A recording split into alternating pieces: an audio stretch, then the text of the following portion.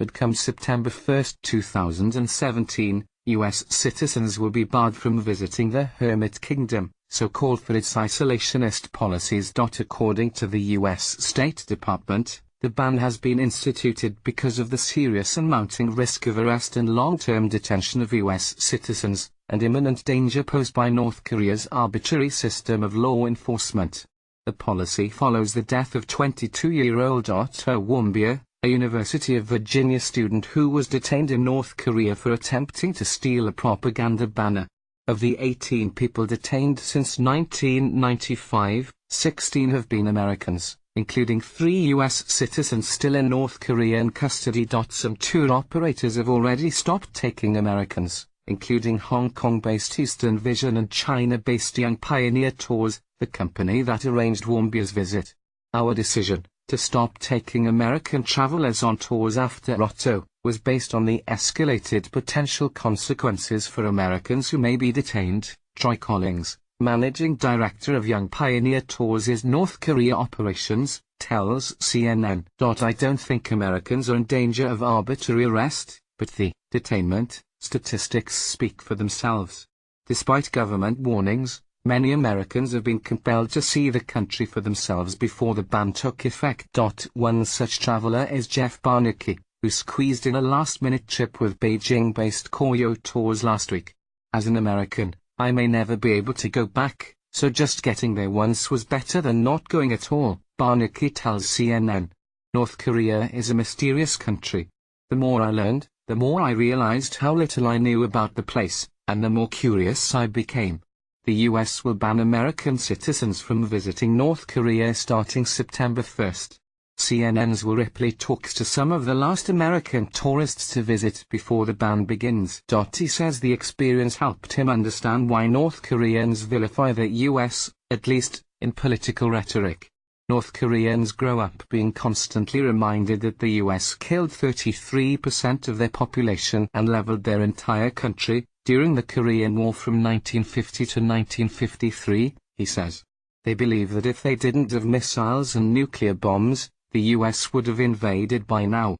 While anti-American sentiments pervade political propaganda, Barnicky didn't feel threatened or unsafe. Instead, he found that the people he interacted with were generally warm and welcoming.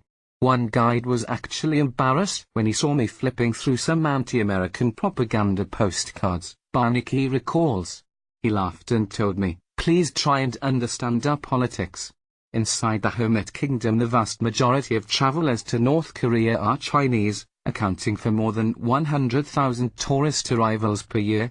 But among non-Chinese travelers, Americans are actually one of the larger groups. According to Koyo Tours, which has been facilitating North Korea visits since 1993, roughly 20% of non-Chinese tourists are American. The largest Western groups are from Britain, the rest of Europe and America. Simon Cockerell, general manager of Koyo Tours, tells CNN.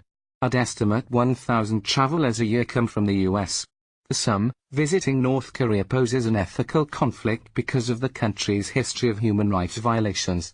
The U.S. State Department also questions tourism revenue and how it's spent. It is entirely possible that money spent by tourists in the DPRK goes to fund weapons programs, the government's memo states. We would urge all travelers, before traveling to the DPRK, to consider what they might be supporting. But for travelers such as Barnicky, the opportunity to interact with an isolated community outweighed these concerns. I honestly did not spend much money there, seriously, maybe $300 on souvenirs and beer, and it appeared that the money went to a local economy, which really needs it, not nukes and missiles, he says. After the ban, there will no longer be the brief human interaction that the North Koreans get with the American tourists. They will now only hear how bad we are from their media, and Americans will only hear how bad North Koreans are from our media. It is a losing proposition for both sides.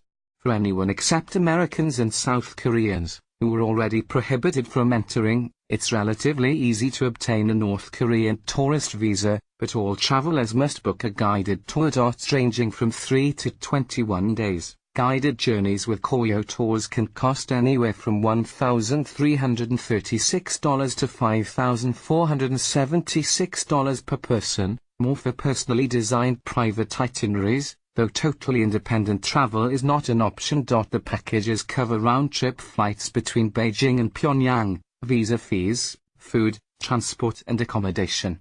Most itineraries start in the capital of Pyongyang. It's the most developed city in North Korea, with an international airport, metro, museums, monuments, parks, bars and festivals.